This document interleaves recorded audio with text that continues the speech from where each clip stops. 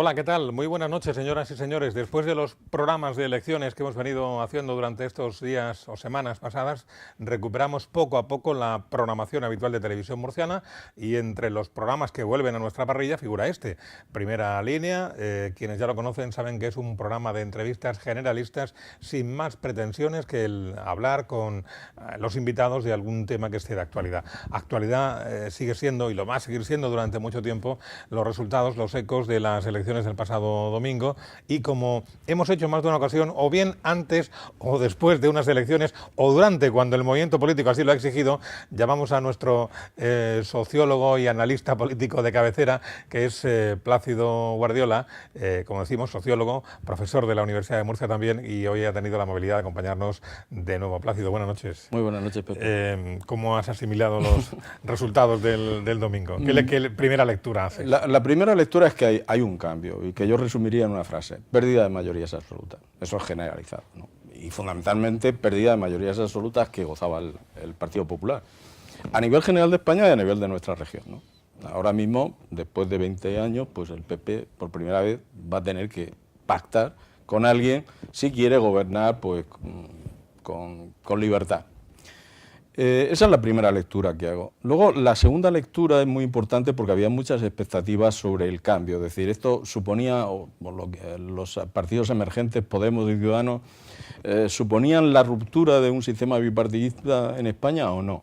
Bueno, yo creo que con las expectativas que hablábamos, por ejemplo, la última vez que yo estuve en el programa, o que hablábamos hace un año, pues no.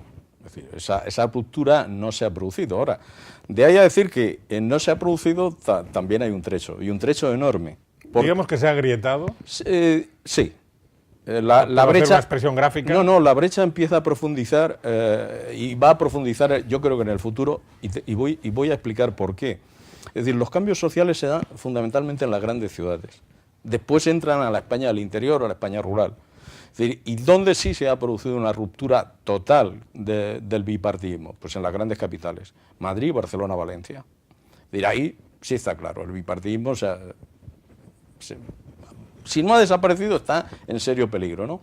Hombre, si nos vamos ya luego pueblo por pueblo, municipio por municipio, en ciudades menores o en pueblos menores, pues ahí todavía goza de buena salud. Pero bueno, también hay que tener en cuenta una cosa: en nuestro sistema político está atado y bien atado. Es decir, los padres de la Constitución que llamamos diseñaron un sistema que es muy difícil romper con él, prácticamente como no irrumpas con una fuerza brutal, diría yo. Es decir, normalmente la ley DON lo que viene de alguna manera a castigar a las minorías, y aquí han habido muchas minorías que se han quedado fuera porque no han alcanzado el 5%. Luego ha habido una abstención más alta, con lo cual, ¿qué implicación tiene la gente que se abstiene?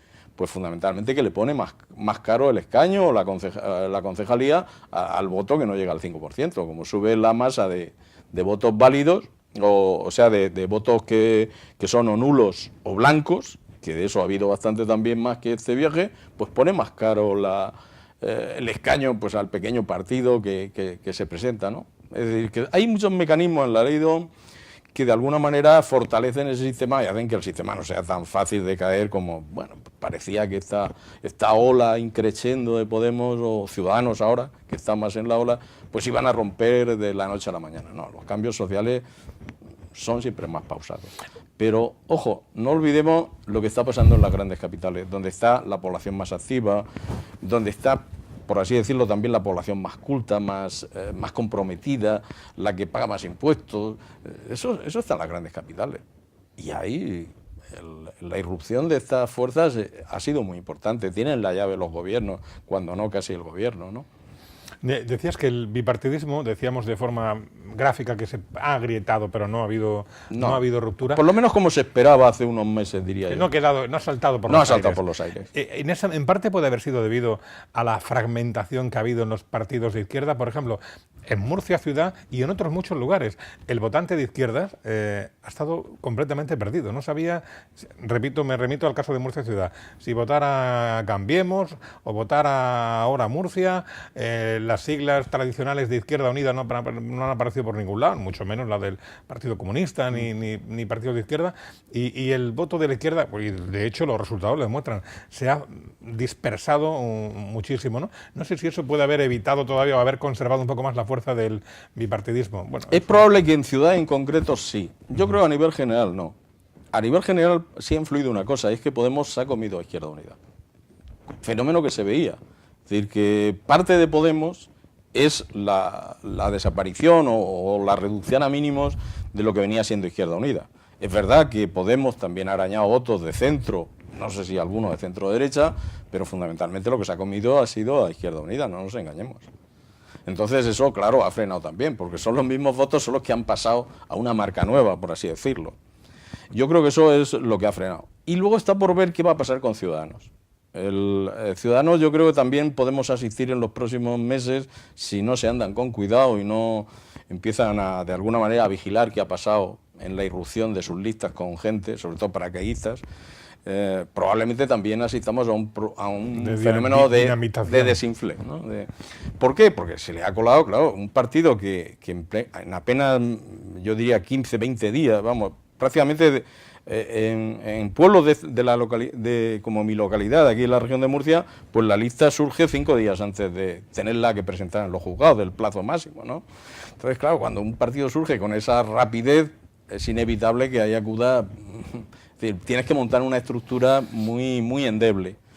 Entonces, los casos que han estallado, incluso antes de las elecciones, donde ha habido que retirar me parece 3 candidaturas, ha tenido que retirar Ciudadanos. En el caso, por ejemplo, de la localidad de Jumilla, donde de los 21 dimiten 13. Es decir, todas estas cosas poco a poco darán la cara, y seguramente eso pues le va a quitar credibilidad a un partido que ahora mismo está en la ola de la cresta y que goza de mucha simpatía.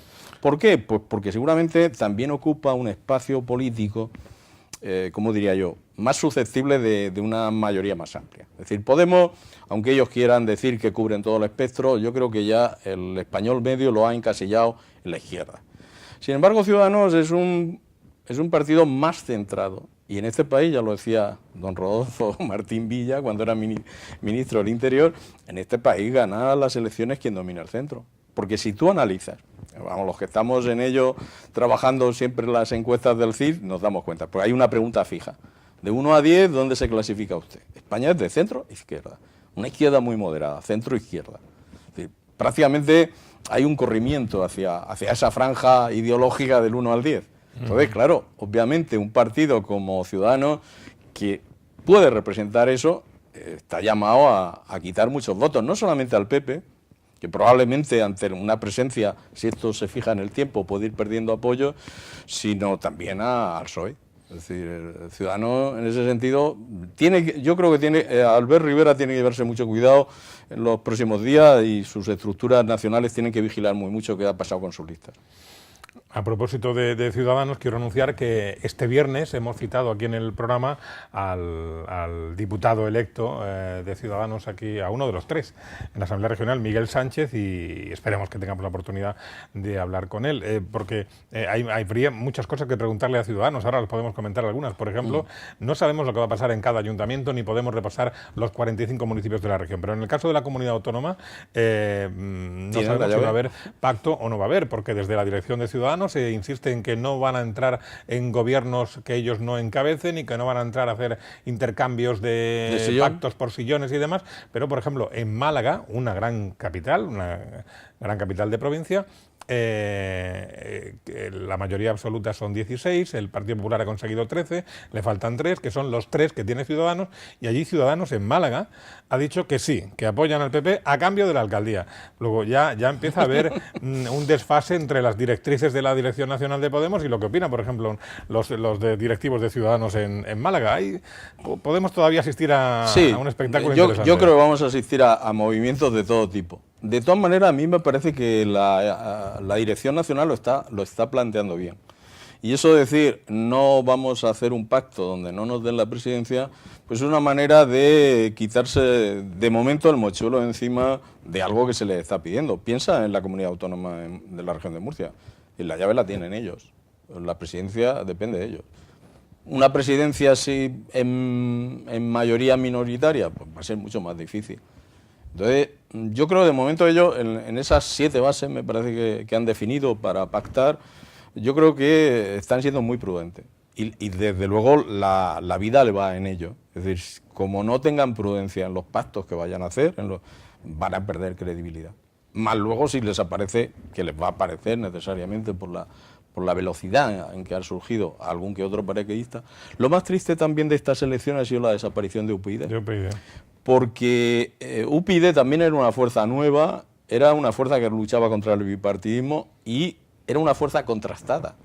Es decir, podemos estar o no de acuerdo con la ideología UPyD, pero bueno, ahí han estado su líder y sus parlamentarios dando caña a toda esta legislatura, haciendo una oposición que yo me atrevería a calificar incluso de rigurosa, poniendo denuncias ante el juzgado, etcétera, etcétera, y sin embargo, lo cual da un cierto desengaño en la política, ¿no? Muchas veces el esfuerzo de un partido político no se ve premiado en las urnas, y yo creo que el caso de UPyD es uno de esos. Alguien ha dicho por ahí, algún analista ha apuntado que el problema que tuvo Rosa Díez es que se adelantó 3 o 4 años a que este revulsivo de hartazgo contra la clase política y el bipartidismo, pues se adelantó 2 años. Y han venido otros posteriores que han recogido de alguna manera frutos que ella sembró.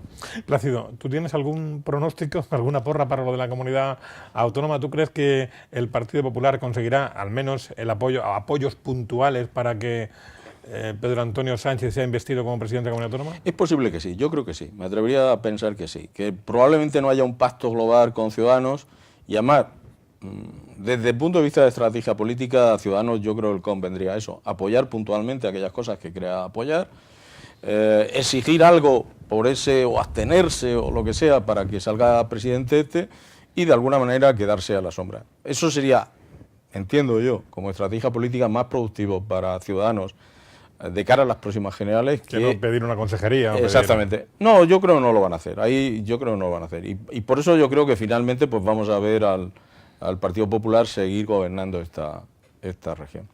Hemos dicho que no íbamos a repasar los 45 municipios, pero yo tengo que preguntarle a Plácido Guardiola por Jumilla, porque en Jumilla han pasado cosas. Una de ellas ya la ha comentado. Al día anterior, o no, el mismo día, ¿cuándo fue? ¿El día anterior a las elecciones? El mismo día a las elecciones. 13 miembros de la candidatura de Ciudadanos.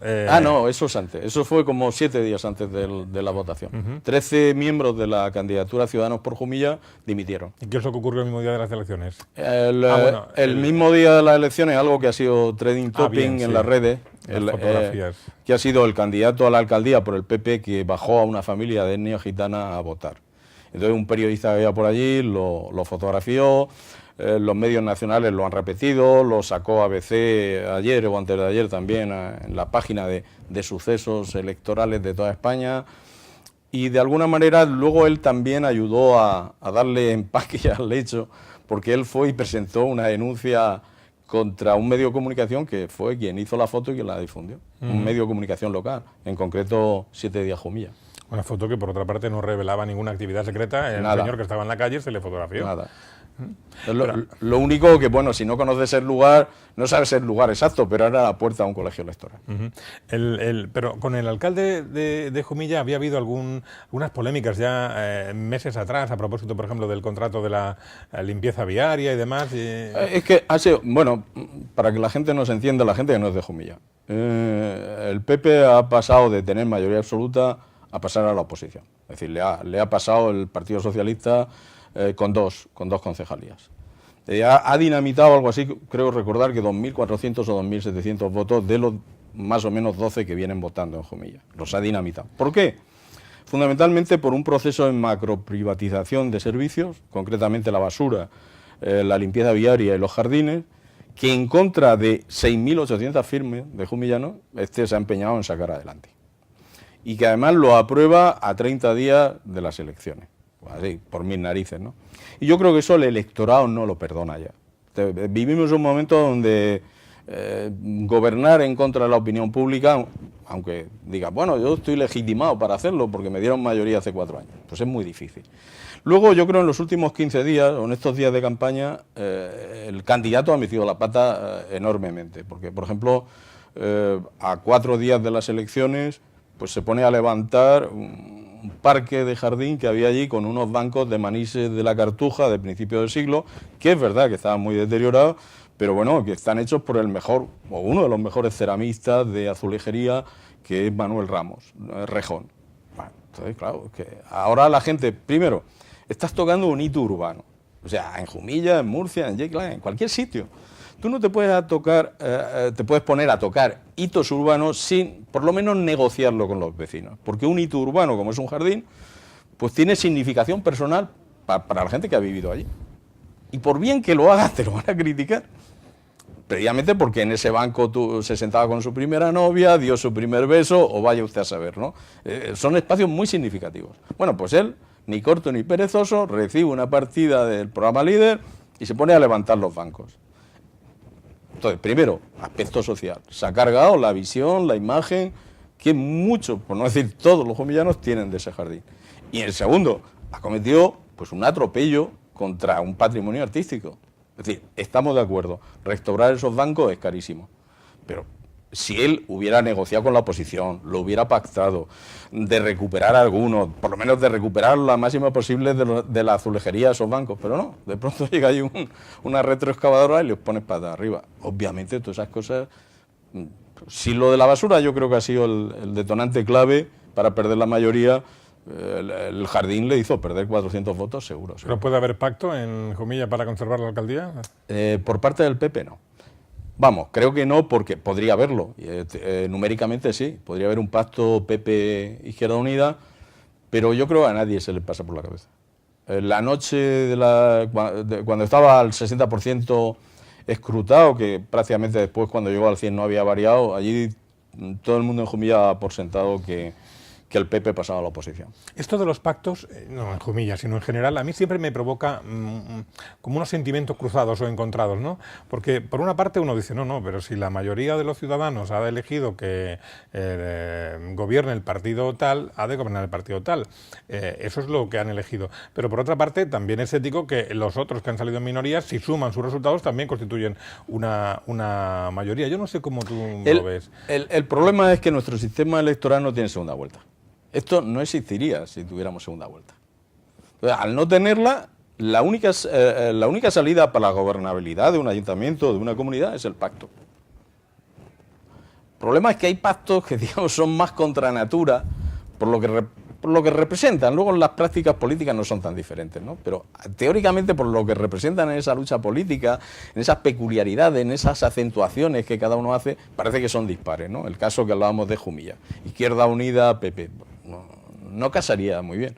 Sin embargo, seguramente el que ese mismo pacto se dé con el partido más votado, Izquierda Unida, pues la gente lo va a entender como más natural, ¿no? Lo cual no quiere decir que lo sea, simplemente que se entiende peor, chirriría más. Y por otro lado, en este caso, es verdad que el partido más votado ha sido el Partido Socialista, con lo cual lo lógico es que si algún partido pacta, sea con el partido más votado, no se ponga a hacer cosas que también se va a dar a nivel nacional, sí, ¿no? Claro. Partidos que porque no salga el partido más votado se va a hacer un tripartito o un cuatripartito. En ese sentido, probablemente sí debía haber un compromiso de que siempre se eligiera al partido más votado, pero ese compromiso se ha propuesto varias veces, creo recordar que por el PP hacia el PSOE, no sé si alguna del PSOE hacia el PP, pero nunca ha sido aceptado por los dos grandes. Por tanto, pues claro, ahora lo de ayer de Esperanza Aguirre, ¿no? Es que se está uniendo aquí todo el mundo para... Sí, vale. Es verdad, y eso lo sabían, es decir, el PP era consciente de que o ganaban con mayoría o no gobernaban. Porque en el mitin que el Pedro Antonio Sánchez dio en Jumilla, en esta campaña que fue uno de los centrales, pues el mensaje que dio era un poco el nacional, o nosotros o el caos. Si me votáis a mí, pues sabéis que tenéis hilo directo con el presidente de la región a través de Enrique y sabéis que va a gobernar la región el Partido Popular. Y en Jumilla el Partido Popular. Ahora, si votáis cualquier otra opción, no sabemos quién va ¿quién va a gobernar? Ese es el mensaje, el eje clave de su discurso. Luego ya eran conscientes de que con ellos probablemente casi nadie querría pactar. Por eso te digo que de alguna manera en muchas localidades, en el caso de la que hablamos, pues digamos la dinámica que han mantenido en estos 4 años los ha dejado aislados. Entonces ahora, pues, si no encuentran con quién pactar, aunque sea un pacto, como decíamos, algo contra natura, pues se lo han ganado a pulso.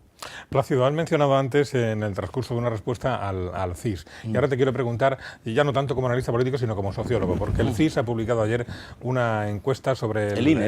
El INE, Instituto Nacional de Estadística. Es verdad, pero bueno, una encuesta igualmente válida, ¿no? Lo que publica el CIS son los barómetros, eso es verdad.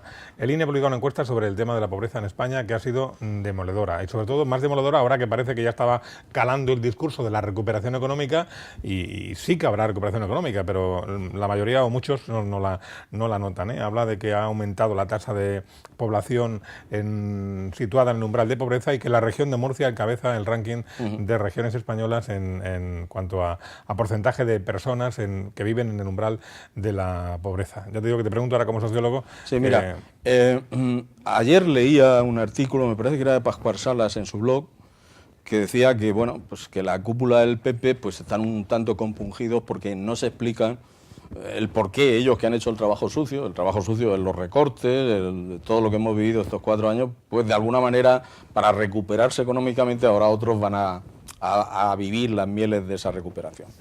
No es así, como tampoco es así el discurso del señor Rajoy, que dice que la economía ha mejorado. Bueno, la economía ha mejorado en grandes números, y eso es real. Es decir, exportamos más que antes, en términos de competitividad, porque claro, nuestros salarios han bajado, somos capaces de producir más barato que nuestros competidores, todo eso es verdad. Y a lo mejor es verdad que nos ha sacado del abismo que podía haber sido una intervención por parte de Bruselas. Que luego ya veremos también si eso realmente es sacarte del abismo.